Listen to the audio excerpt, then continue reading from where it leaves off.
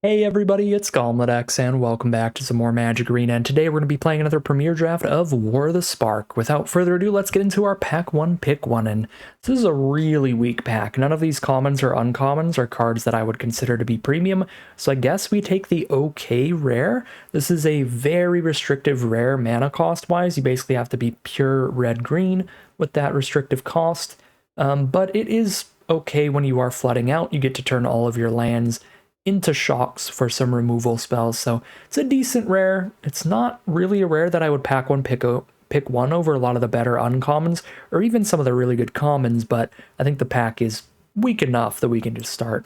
Oops, with Living Twister. That was almost a big disaster. Pack 1, Pick 1 to Fairy Time Twist.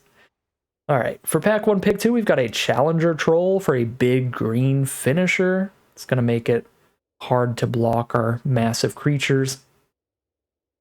Also got a Pyro Helix for great cheap removal in red, or a Heartfire, but Heartfire is a little more restrictive, needing some sacrificial fodder to be good. I think these are the best two cards in the pack regardless of color, and we're already pushing red-green off of Living Twister, so we take one of these. I think I'll roll for the uncommon here, and I have already drafted a decent amount of red. We haven't played a green deck yet, so I'll head a little deeper into green, make it more glued to that color, although the rare is double red, not double green, so technically, mana-wise, we should probably take the red card first, but let's dive into green this time around and see if we can play some big monsters. Nope. This is an incredible pack for blue and black. We've got a Tyrant Scorn, Jace's Triumph, and Tamiyo's Epiphany. Card advantage spells like these play really well, and Tidebearer Giant's another good one. Yeah, I mean, this is just blue-black, the pack. The only red card's Grim Initiate, which is good in a sacrifice deck like red-black, but it's not super playable for red-green. It's kind of middle of the road there, kind of filler there. I think we'll just take one of the really good card advantage spells like Tamiyo's Epiphany. Really good in a format that has a lot of super powerful cards to dig towards, and the nice thing about taking this over like Tyrant Scorn is it is more flexible. We could play like blue-green or something still, and end up with that. We don't have to full pivot onto blue-black immediately. Pick 4, there's another Epiphany. Excellent card draw. Dig 6 cards deep for your bombs and everything, but there's also a great red removal spell, Jaya's Greeting. I think this is a little better than Pyro Helix because there are some beefier creatures. Being able to shoot something for 3 and scry 1 makes it a little better, a little more flexible. Spellkeeper Weird's pretty good too, but I'm slightly more tied to red, a little more tied to the Living Twister than the Epiphany. Pick 5, we've got Band Together for some mediocre green removal. If I want to be playing red-green, I'd rather just have a bunch of red burn for the most part. Invader and Hellion are pretty filler, pretty mediocre, and Mizium Tank is not that great. I guess it's kind of easy to crew, only crew 1, but it's only a 3-2 trample. Yeah, I'm not in love with the pack. I think the strongest card is probably Trusted Pegasus for white-based aggro, but for us, it might just be Band Together. If we go green-red, we will have some beefy creatures to use this as removal with. Pick 6, we find another Jaya's Greeting, which is phenomenal. Pretty easy pick there. Pick 7, Burning Prophet. Plenty of non-lands in the format. It's definitely weaker in red-green than any other red deck, because black has Amass and blue has Amass. So those are really the colors you want to pair it with. You want to be red, blue, or red, black, where your instants and sorceries can count as creatures. But I think it's still better than Devouring Hellion. We're not going to have 5,000 things to sacrifice to that card. Encourage and Crisis, Return to Nature are massively filler. Pick 8. I think Tidebearer Giant is just the best card in this pack by a lot. Crawlstinger's pretty mediocre, although it does work with Band Together, which is cute. Still not that interested in it. Pick 9. Could take some hexproof here against decks with a lot of removal. It can be really annoying. And this whole pack's pretty filler anyway, so we'll grab the hexproofer. Pick 10. Dam Breaker's the best card, but out of pretty much nothing. Once again, Dam Breaker's the best card out of pretty much nothing. If we get insanely aggressive, we can try to kill somebody with Catharsis. I guess Guild Globe is nice and flexible, helps us splash in a random bomb if we find one. Take the Guild Globe on that one. Pick 12, we do get that Grim Initiate if we wanted it, which we didn't, but it's not horrible. It is fine filler. Again, it is actively a good card in the right deck that has a lot of ways to sacrifice it, but red-green is not that archetype. Same with like On-Crop Invader, it's very specifically only decent in red-black and just really bad in basically any other deck. So that's hoping to get cut, and, well, we get rewarded. We take a Gruul Rare, pack 1, pick 1. We take a Gruul Rare, pack 2, pick 1. Domri is a pretty sweet card, potentially multiple fight spells on a stick with the -2 ability, and Domri is going to buff our entire board, giving all our creatures +1/+0, so grab a Domri, and I think we're pretty committed here. We're just Gruul monsters. This is not a great pack for us. Grizzly is a whole lot of mana for the mana sink, and a 3-mana 2/3 is just not that good either. Spellgorger Weird is very good in the right deck with a lot of non-creatures, and I guess since we already have a Burning Prophet, we'll probably try to keep that count somewhat high. It's probably a little better than Grizzly, but this card is another one of these cards that's so much better in red-blue or red-black. And Zhang Yangu, just maybe 3 +1/+1 counters over time, really slow. Not that good. Gleaming Overseer is miles and miles away the best card in the pack, but I have drafted a lot of Grixis and Massey stuff, so let's actually stick to our good Gruul start. Pack 2, pick 3, we've got Raging Crunch or Goblin Assailant, and that's basically it. Pack 2 is not looking like it's going to go super great for us, if I'm being honest here. Now we've got another Spellgorger, Burning Prophet, or Electromancer kind of pick, where it's all cards that are good with a super high non-creature count. I think with our mana curve, we want to take another 2-drop here, ideally. So we grab the Prophet. Pick 5. Alright, Crunch Wrangler makes a lot of sense for this deck. When we're playing our bigger creatures, it's getting +1/+1 counters on it. Might become a beefy Trampler by the end of the game. Seems like a better 2-drop for Gruul than Burning Prophet.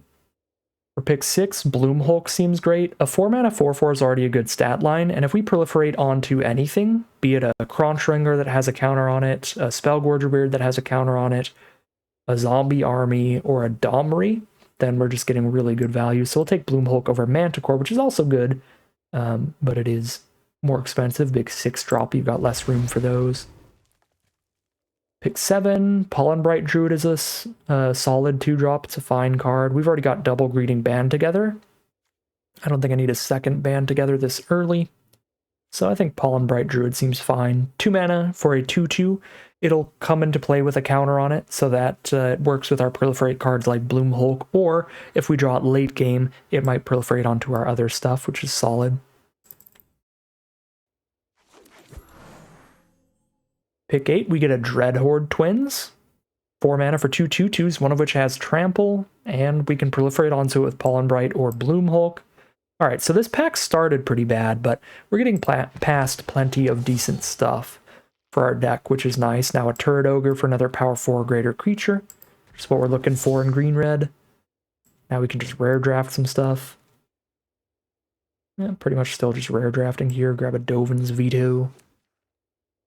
Electromancer probably doesn't make the cut. I don't think we have enough instants and sorceries for this thing. Spellgorger cares about any non-creature, and Burning Prophet cares about any non-creature, so those are still slightly more playable. But the Cyclops is just not going to happen. Okay, maybe the Chain Whip Cyclops will happen. Hopefully not, but it's actually better than the Electromancer for this deck. Dang, no respect for Electromancer. Nobody's on the full blue-red. That would have been sweet. Well, we've once again opened up very little for green-red. There's Honor the Godpharaoh for a decent red common and Ambush for a solid removal spell, but there's also a Widespread Brutality, which is a really good rare.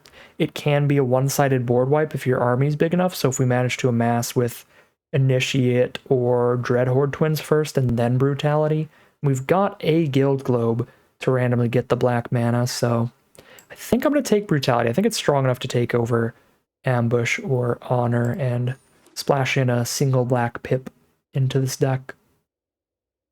Pack 3, pick 2. We've got a Pyrohelix here. Got another Crunch Wrangler here.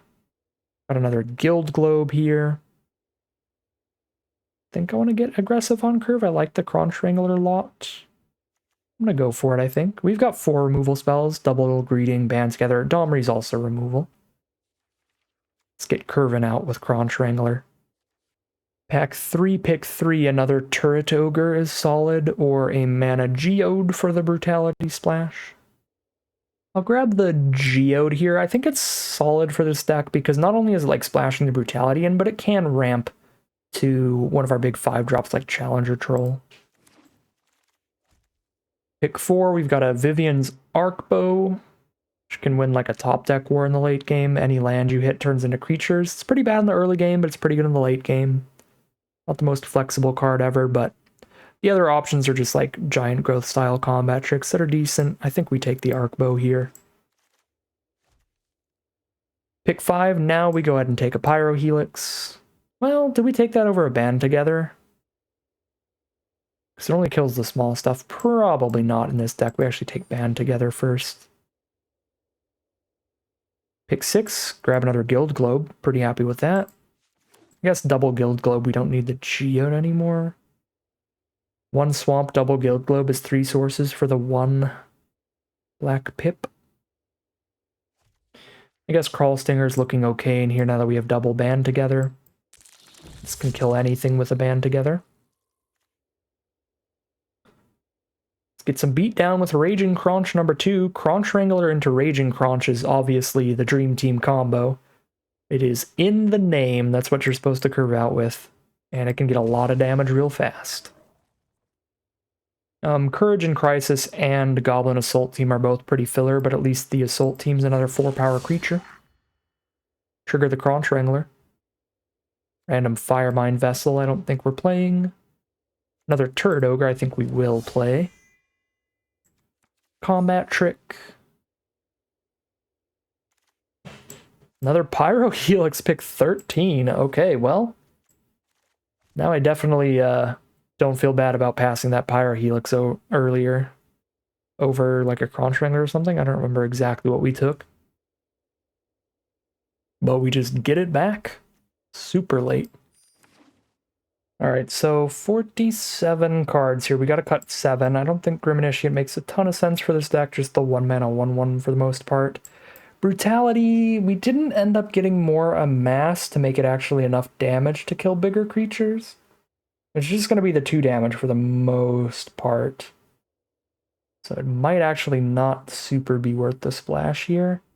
Because we only have the Initiate that I kind of want to cut and the Dreadhorde Twins to Amass with.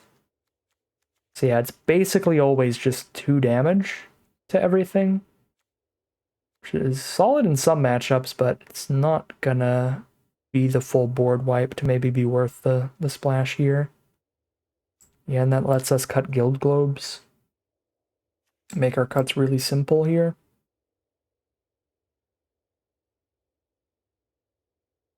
Yeah, I guess we give up on the Brutality plan.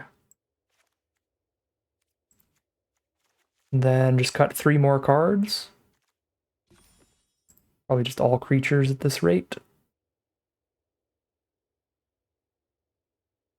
Don't love the Invader. We don't have the like expendable stuff to sack to it. Chain Whip Cyclops seems like a lot of mana to play around with. And Crawl Stingers really just because the Band Togethers are good with it, but we have so many 4-power creatures. I think Band Togethers are already killing basically anything anyway. So we would rather just not have the 3-mana 2/2. Just cut those and call it a deck here. Alright, here we have a look at the final deck list for today. We're on just a Gruul Monsters Beatdown deck. We're going to be playing some really beefy creatures for pretty cheap mana costs, like 3-mana 4/3 Raging Crunches, some Crunch Wranglers that get bigger every time we cast a majority of our larger creatures. That includes Raging Crunches, Goblin Assault Teams, Turret Ogres, Bloom Hulks, Ward Scale Crocodiles, and Challenger Trolls. So these Wranglers can also be really beefy for their mana cost. And we've got some ways to clear a path and just beat down with all these big, dorky creatures. We've got Band Togethers to clear out the bigger blockers, and Jaya's Greetings and Pyrohelix to kill the smaller ones. Then we have a bomb or two with Domri to buff the whole board, as well as let us fight multiple times or ramp up. We've got Living Twister, so if we flood out at all, we get to throw a bunch of damage at our opponent or their creatures. And we've got Vivian's Arcbow, so if we flood out at all, we get to dig through our deck for some more creatures. So really solid looking Gruul aggro deck. Super excited to see how it does as we head into the gameplay. Here we are for game 1. The Crunch is kind of awkward here without a 2-drop to go with it, but the hand is still a definite keep with Greeting into Crunch into Bloomhulk. However, if we hit the second red, we get to play Living Twister first instead, just get a 2/5 super fast. And we've got the extra lands to potentially throw around. Just Spellgorge or Weird to start things off. Let's go ahead and Greeting that and Scry.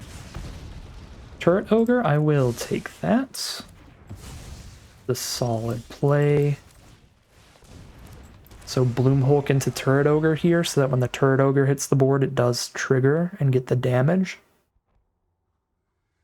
Then turn 5, we could cast a Crunch and throw some damage at something with Living Twister. Dreadhorde Twins for the double 2/2. I like having a 2/5 blocker against that, but a 4/4 blocker also works perfectly fine. Just play that. Yeah, again, no proliferate value, but nothing in the hand is going to get any counters, so we just play the 4/4 over the 4/3.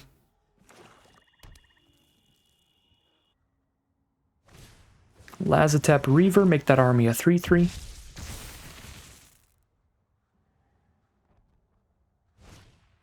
Grim Initiate.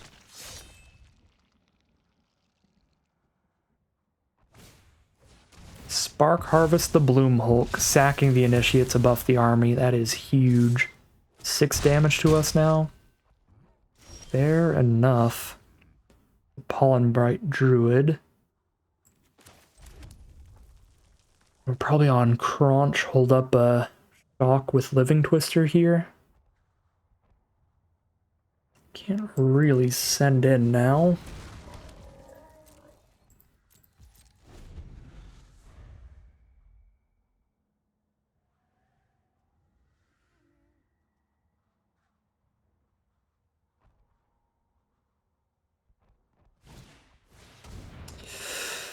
It's a very good draw. Guess we just discard the Pollenbright Druid and then kill Davriel with our Forest.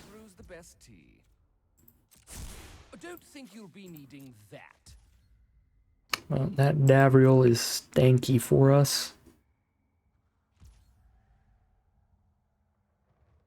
And I can't really just, like, dump my hand. Because if I just dump my hand, then I keep taking 2 a turn. I'm already down to 14. Like, yeah, the alternate line is, like, shoot the twins and then cast the Turret Ogre and just have no cards left for Davriel to make us discard, but then we're taking 2 a turn. We can't really get through to Davriel till later. When we draw another land to throw at him, so I might as well just throw it at him right now. Our contract is voided. Band Together. That is interesting to me. Still think I'm just on Turret Ogre for now. That can open up a path for us.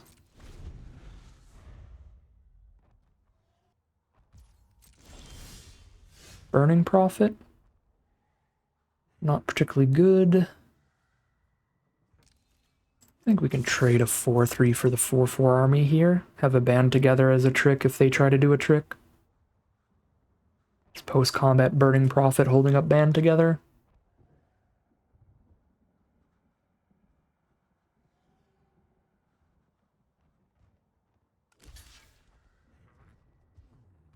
Alright, 4/3 for 4/4.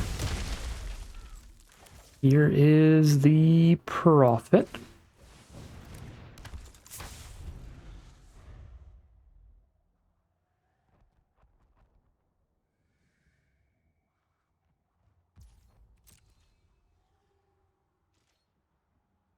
And just pass on through, feels good.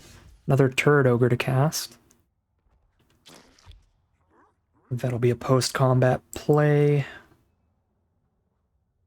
We do have to attack with somebody other than Crunch to get Crunch in, so come on in, Living Twister. Got 5 toughness. Obnixilus's Cruelty? Sure. Yeah, I don't think I'm picking up a land or anything, or banding in response, that's just fine.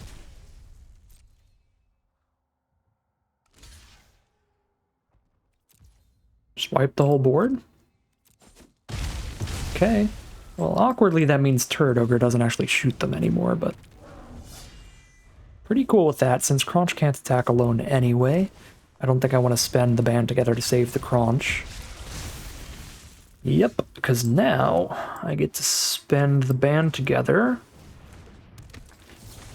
to get in with Turret Ogre and Scry 2. And now we don't have Living Twister anymore, so getting rid of these 2 lands off of the double Scry is very good. They are down to 6. We are top deck warring it out, though.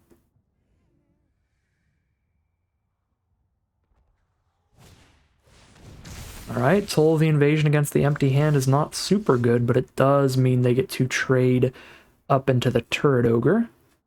Or kill a Burning Prophet for free instead. They'd probably just trade up into the Ogre, so let's send the Prophets for more damage. No! They'd rather go to 1. Old move, we'll see how it works out for them. Electromancer, that is 2 blockers off the 1 card, that's enough. Then not just die here. We've got a lot of cards we could hit that would insta-kill them now. We have several burn spells that can shoot their face, with Pyro Helix.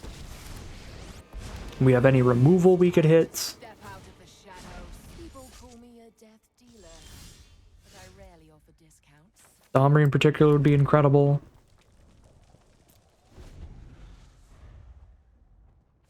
But, I mean, now they hit a Vraska, which is 2 more chumps. May cost you more than just money. Man, do I hate top deck wars. Keep your friends close. Kill your enemies. Yeah, you are too late, my friend. I get to scry. I guess we use this in their end step. So I use it right now. I kill the 3/3 attack with both these. We trade into Electromancer and the 1/1. We have no creatures left anymore. And we use this during their end step and go for the scry.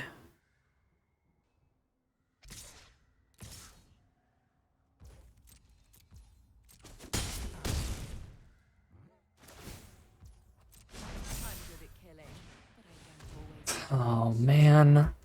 The zombie's a 5/5, which band together will not kill. And if I band together before this resolves, they're just going to have 3 blockers up still. Because I kill the 3/3, but then they amass a 2/2. What of a loss in this top deck war. I mean, they just drew 2 for 1, 2 for 1, 2 for 1 to clutter up the board. We still have outs. We can still direct damage them to death.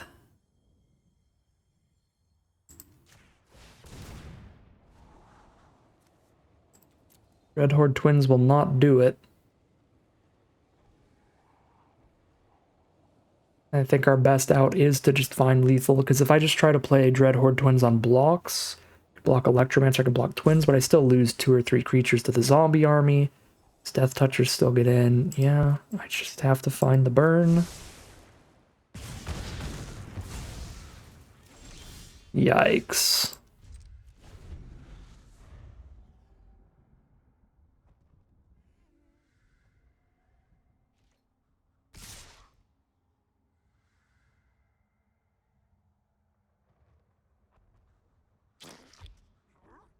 Still not quite dead on board, so we have one final top deck. Just stop the maximum amount of damage. Oppressors deserve whatever I feel suits them. Brutal. Here we are for game 2. We are 0-1 right now. We piloted our way pretty well, got really ahead and got our opponent down to 1, and then super died to variance in the end. So hopefully do a little better on our late game draws this game. And Arcbow certainly helps. Arcbow would have absolutely won the last game. However, it is really awkward right now, because for now we're basically just down a card, because we're not going to use it until much later. Okay. Crunch with no other creatures is pretty awkward. Don't love our draws so far.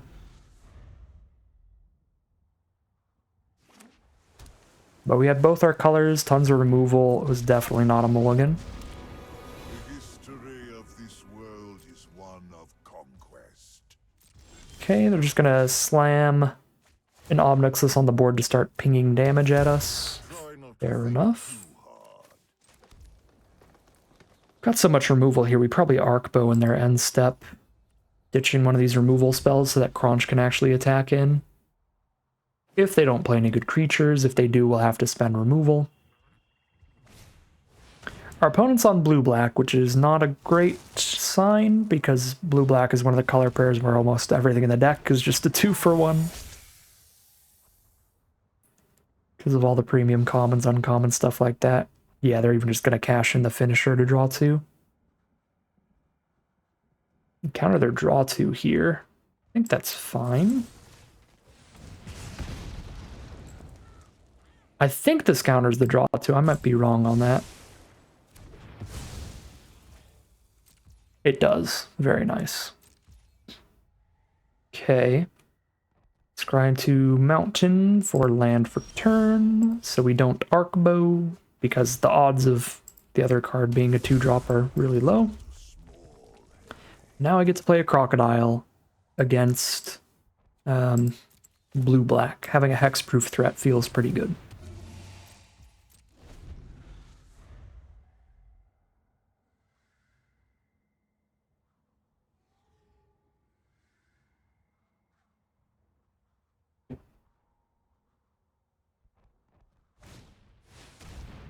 The Wanderer can exile our Raging Crunch. Only one leads. Sure. The bigger they are, well, you know.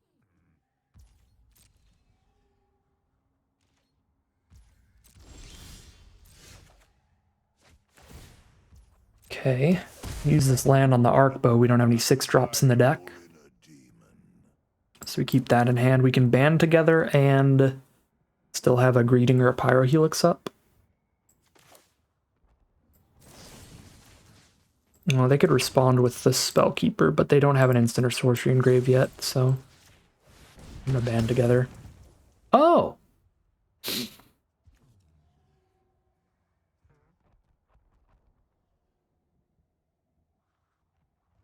Oh, so none of my removal does anything. Yeah, that's the one annoying part of this format.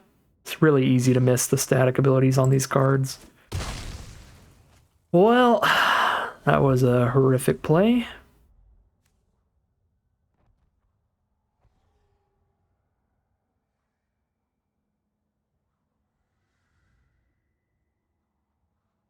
The amount of card draw spells that have been cast into a Nar set over the history of Magic is insane. Oh wow, now my burn costs even more. Your opponent is just on full Super Friends. Hexproof looks so good in this matchup. Honestly? Is Hexproof good enough in this matchup to just send at their face? We just hit them 4 times? I think I just hit them 4 times. I mean, I do kind of have to kill the Wanderer at least, but then I can just go for their face every other swing. I have to kill the Wanderer because if the Wanderer's still around, then I can't clear a path for Crocodile and they can just trade into it pretty easily. I need to have access to my removal to clear a path. Right, they could just play a 3-mana 3-2 and now I can't kill their 3-mana 3-2 because the Wanderer's ability. Alright, let's just pop off with Arcbow. fight our way through all this stuff.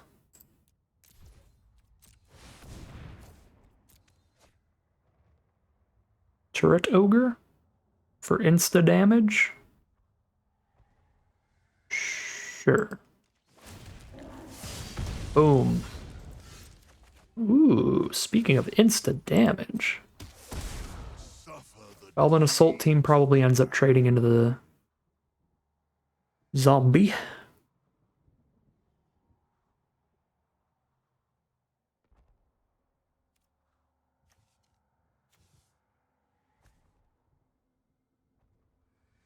Planeswalker's annoying enough to kill any of them. I think Dovin might be being able to shut off our non-crocodiles. Then Angrath is setting up another blocker next turn to stop this damage next turn anyway, so since it's going to stop the damage either way, let's hit Angrath. 2. Okay, I think I just keep popping off with Arc Bow. Shortcomings here were mine.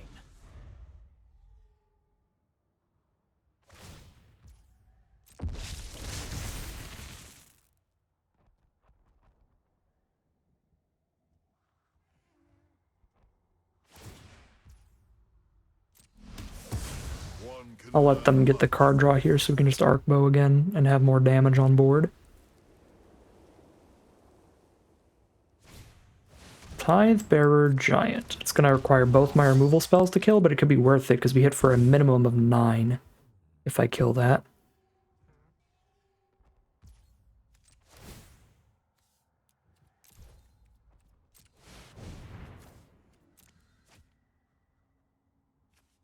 No counters on the board, but Bloom Hulk's still a 4/4.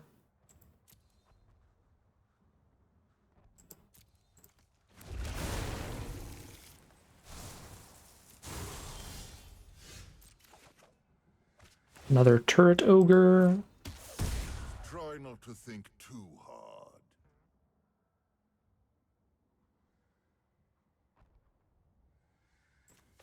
I think we're clearing a path here.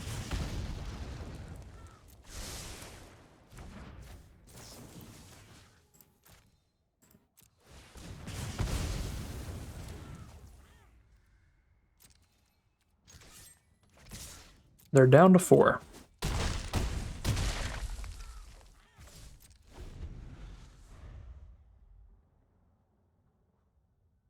And we've got a 4/1 haste, which is pretty big. We also have Arc Bow maybe spitting out a 4 or 5 power creature at instant speed. We find like Dreadhorde Twins or something. Toll is very annoying. There goes our haste. And they get a blocker at the same time.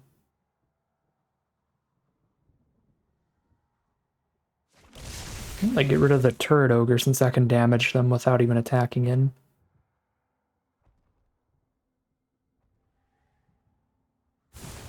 Got Wanderer's Strike. Ooh, and the Proliferate means Angrath and Obnixless pop off. So Angrath makes this zombie a 4/4, Obnixless kills the Turret Ogre. But they're just dead to the Assault Team, because they're tapped out. Yeah, no, they're dead. Assault Team kills them. However, they use those abilities, and we are now 1-1 heading into Game 3. Here we are for Game 3. The lack of green is very bad. I mean, these are both pretty late game plays. These are all early game plays, so we have the mana we need for all of our early game plays, and we're on the draw. Guess we do keep. I mean, I technically don't have the mana for Spellgorger, but I just mean any land draw means that we do. We don't have to hit a specific color, which is much harder to do than just hitting a land. There's 15 out of our 30 cards being lands. So just hitting lands is easy. Hitting the right color is not, but we did. Do I Wrangler before anything else? I'm not going to play a 4-power creature for a while, so I think I Burning Prophet so we can get scrying when we cast our Arc Bow. Like, I guess Wrangler hits a little harder, but they probably have a blocker up here. Yeah, Toll of the Invasion. Probably get rid of Spellgorger here as my best play next turn. Or Arc Bow. Maybe they get rid of Crocodile because they have a lot of removal, and the Hexproof will be annoying. They will get rid of the Arc Bow so we don't have our massive card draw engine for the late game.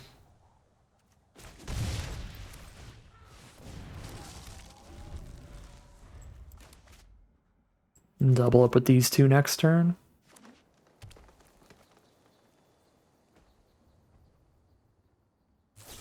There's the Death Sprout for the weird, incredible 2-for-1 removal spell. Destroys any target and ramps you up. And fixes you, but they don't need the fixing. They're just 2 colors over there.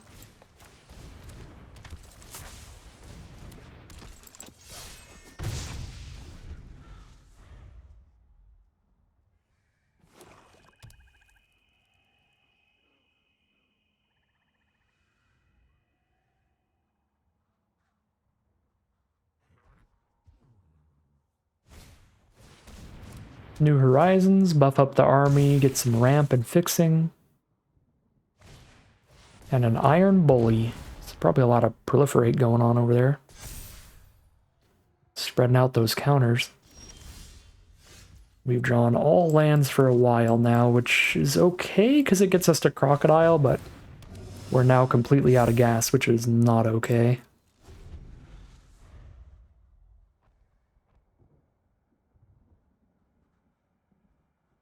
Because our current board is not winning this game, and our opponent has 3 more potential spells to cast. So we're actually very far behind. I mean, huge ups to Toll of the Invasion. This card is just incredible. That single-handedly kind of ruined our game plan of the late game arc bow. Alright, we get Nissud. One of the strongest rares in the set. We're super dead. She gets to turn a land into a 3/3 every single turn, so now they have 3 blockers up. We could poke her for maybe 1, but then they just turn another land into a 3/3 next turn. Never get through that. Yeah, there's no card in our deck that just kills Nissa, so there's straight up no outs here. I'm just going to move on to game number 4. Here we are now for game 4 with beautifully awkward mana again. Got a really good turn 2 and turn 4 play on this one, though. Wrangler into Bloomhulk is a great curve. Ideally, we find a mountain and we get to play a Burning Prophet in the middle there somewhere, but can't have it all. As long as we hit a land in our first 3 draw steps, which is pretty likely because it's about 50-50. Uh-oh. Well, I've got 1 turn. Find the land now. We missed on the first 2 draws.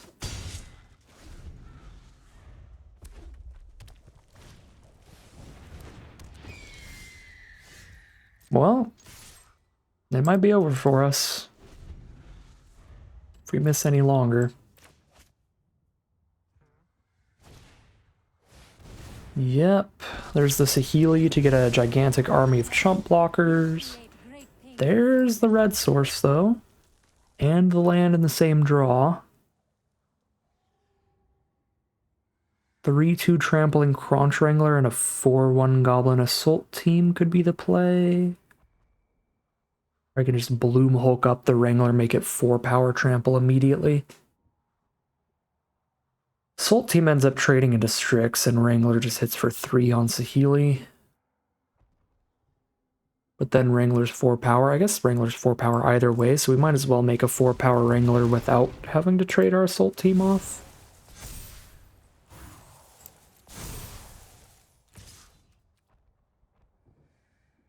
Opponent's at 18. We're going to be attacking with 3 4 power creatures next turn, maybe? I don't know. The ability to keep spitting out 1/1 trumpers is going to soak up a lot of damage, though, so I think killing Saheeli is still pretty big.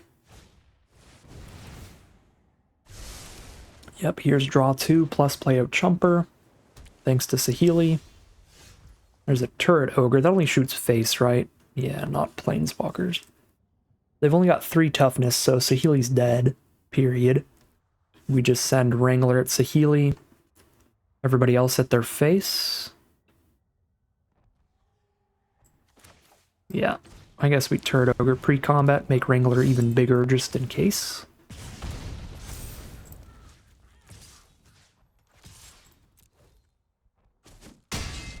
Alright, cool, they're down to 12. Just gonna keep playing 4 power creatures.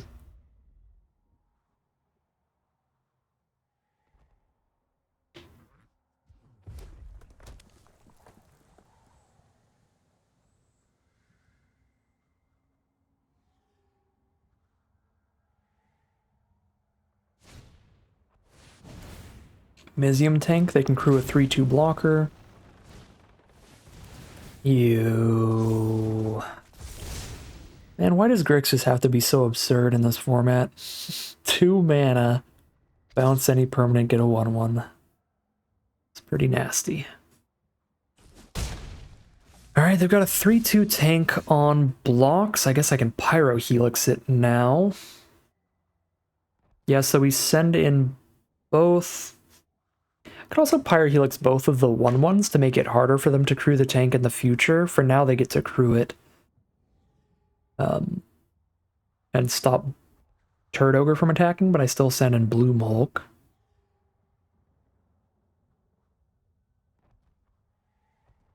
I kind of like clearing out the number of creatures they have for Assault Team to get better later. The problem is there's a bunch of cheap red burn they could have. They've cast none of it yet. And casting one at instant speed is going to crew the tank as a 4-power blocker in the future. Right, so like if they cast a Jaya's Greeting to kill Turd Ogre during our turn, they kill Ogre and have a 4/3 blocker, so I think that possibility is bad enough that we should let them crew the tank here and kill the tank this turn, rather than killing both the 1/1s.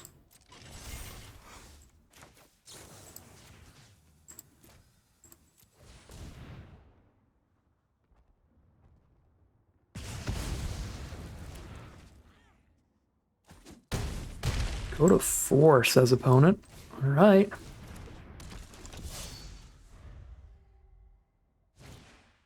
Jaya, oof. It's gonna kill Kronshringler and kill something else. If they attack with 1 creature, they're dead. So they didn't. Smart play, smart play. Well, let's play 2 creatures that are too big to get killed here.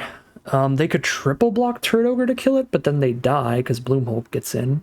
Yeah, so they have to go chump chump. Feels good. They don't have to trump if I send it Giant though. We want to force trumps. So Prophet and Crunch, 2 big booty creatures that Jaya can't do anything about.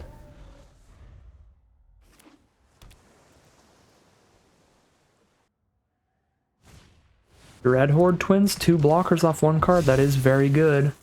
Oh wait, no, it's only 1 blocker because they already have an army. They're dead. They're dead on board, and there's the concession.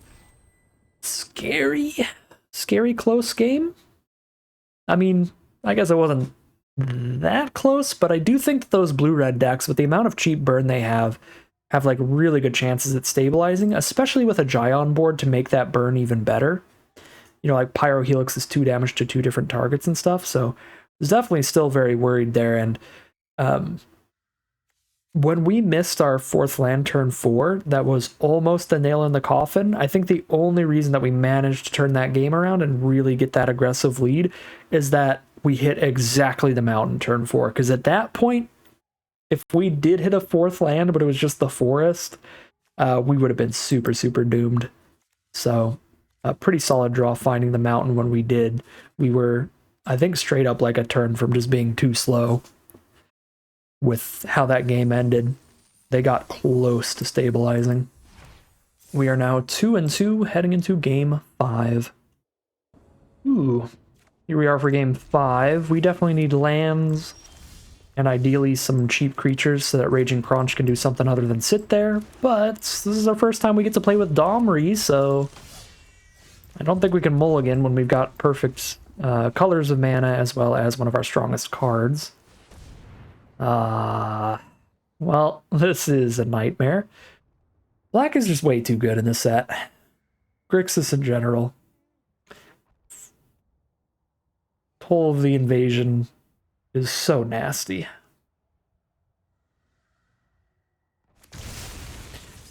Feel like I'm always starting behind when my opponent's on black. I'm like, well, RIP. And also, I feel like I 7-win every time I play black.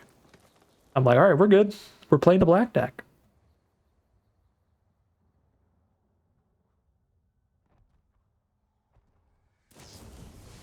Yep. There's Obnixlus's Cruelty for incredibly efficient removal, and that shuts off the Band Togethers. Excellent draw. Dreadhorde Twins, probably the best thing we could draw here, but we are already really behind with Toll into Cruelty.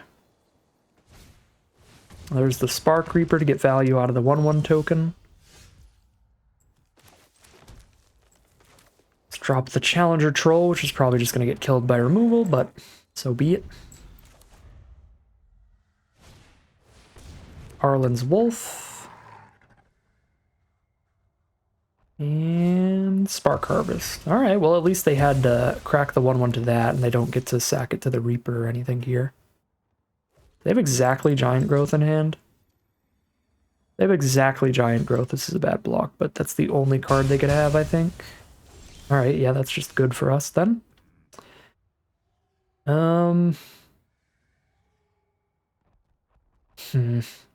I had double red, I'd be super happy to play Crunch, but don't. So if I cast Crunch, I'm not casting removal here.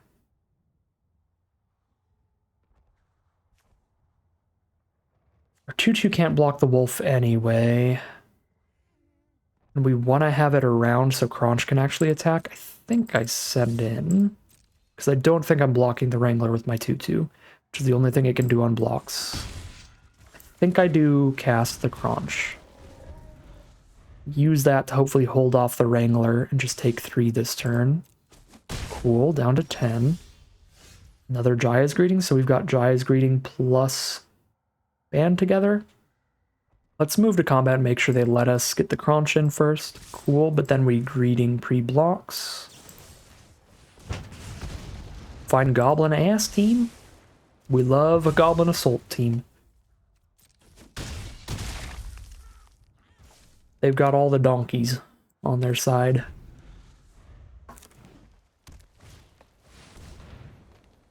Okay, well that's really bad. That's really bad. That's 3/3/3s. I've got enough removal in hand that we can clear her out.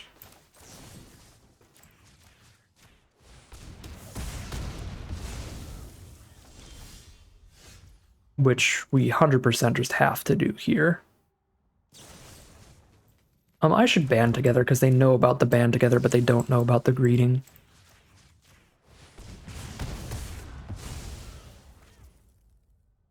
Yeah, and I think it's worth sending her to the graveyard rather than putting her to 1. If we put her to 1, they technically can't make any more wolves unless they proliferate, but they're on green. They could hit something that proliferates.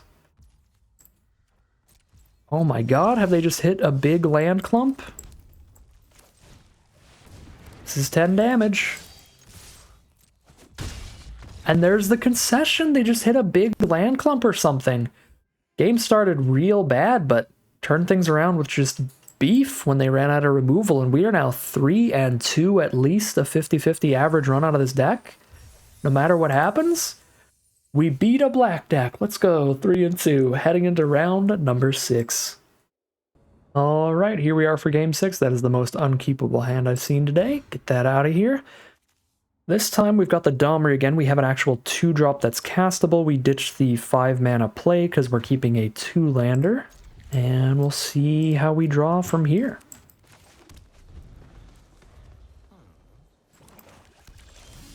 Find a Pyro Helix for some removal.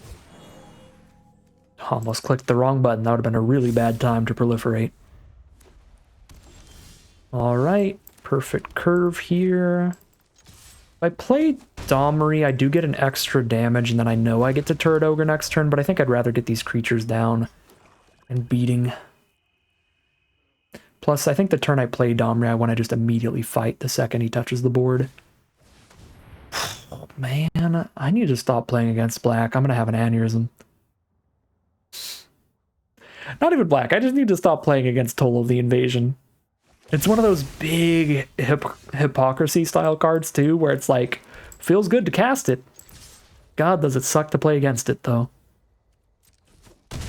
Awesome to play with, terrible to play against. Alright, we're still aggressive enough we can get through some card disadvantage here. We mulliganed and got a card ripped out by Toll, but our deck is aggressive and it has a ton of power on the board already. Our opponent's already down to 10. We'll do everything we can. There's a Davriel, get rid of our Pyro Helix, but all of our creatures remain, putting them to 4 life here. Perish the thought. Ugh, what a Oof, putting them to 2 life off of the top deck Turret Ogre. And it is time for board wipe or bust from our opponent.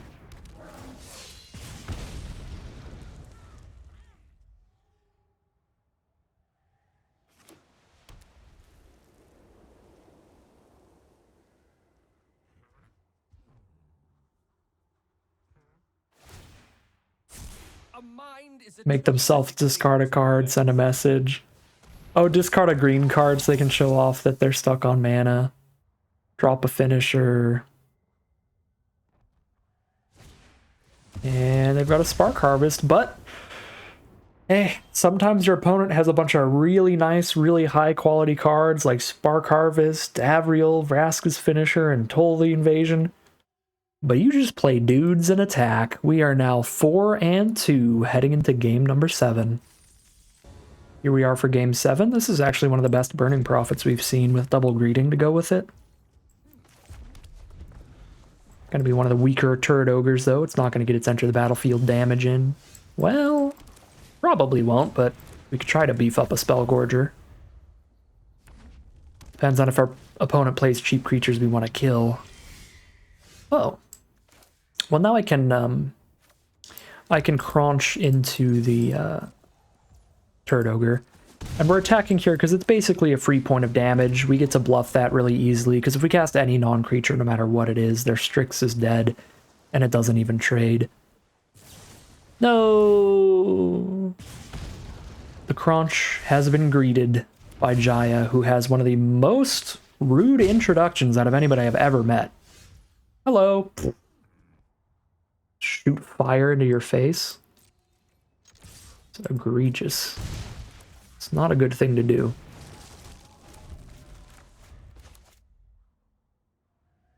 Well, on the plus side, we didn't hit the 4th mana for Turret Ogre anyway, so we wouldn't be casting it this turn regardless.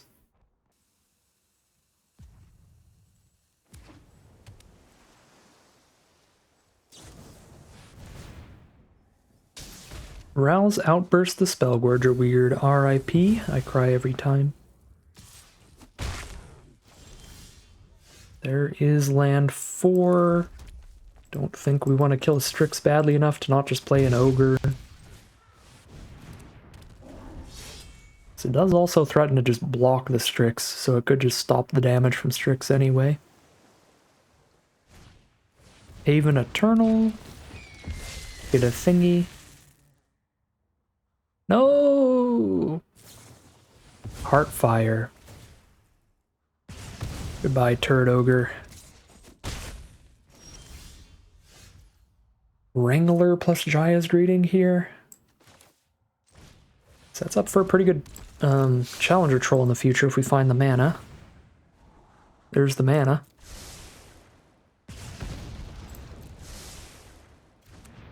I technically should have attacked with Prophet and cast Jaya's Greeting post-combat, because that gives them the opportunity to block Prophet with their 2/2, but they already played around that once. They're definitely not gonna lose something to Prophet Jaya's Greeting combo. Okay, now we can Challenger Troll here. Let's get our free 1 point of damage in. Here's the Challenger Troll. Boom.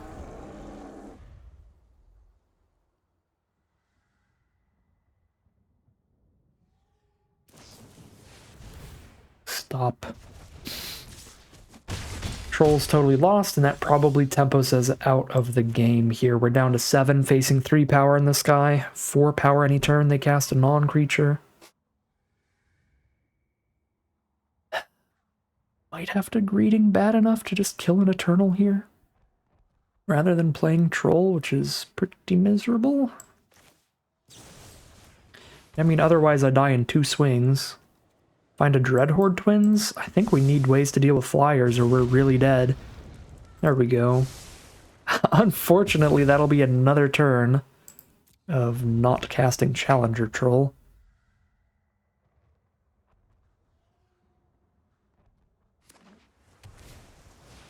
Ew. Well, we tried. I would have been literally dead if I cast Challenger Troll, so there's that. Actually, no, I'd be at 1 life. Well, yeah, band together cannot kill the 3/3 flyer, because Prophet will be 2 power. I can kill the Strix, but not that one. That is just game. Too much value, Amass nonsense pulls them ahead there. And we are 4-3, which, honestly, with how the set's been playing out, how these games have been playing out, kind of just seems like the best record you can really get when you're not some amount of Amass. Just how strong that stuff is. Because that's now our Boros deck was 4-3, our Gruul deck was 4-3. I think both these decks did play out pretty well. These are some of the strongest builds you can have in these 2-color pairs. They just can't quite compete with stronger builds that have access to a lot of blue or have access to a lot of black with some of those really good Amass cards and value plays like that. So, yeah, I mean, we could always get like really lucky and hit a bunch of good matchups and still find a 7 winner, but I think your very solid Gruul decks like this probably hit 4-3 on average. Your very solid Boros decks like our last one probably hit 4-3 on average, and that's where we have ended up. For our biggest over and underperformers, we've got, honestly, probably Turret Ogre as the biggest overperformer. This just found a bunch of extra damage with its Enter the Battlefield effect. I think it was consistently putting in a lot of work for us. You know, all of our other cards were pretty good, constantly did well, but we already knew that about those cards. And the biggest underperformer goes to Domri. Domri is just there to get Toll of the Invasion 2 separate times. We never got to resolve a Domri. So that's nothing to do with the power level of Domri. It's more to do with how it lined up and how it just always got ditched from our hand. But hey, Arcbow got hit by a Toll as well. But at least Arcbow got to win us 1 game.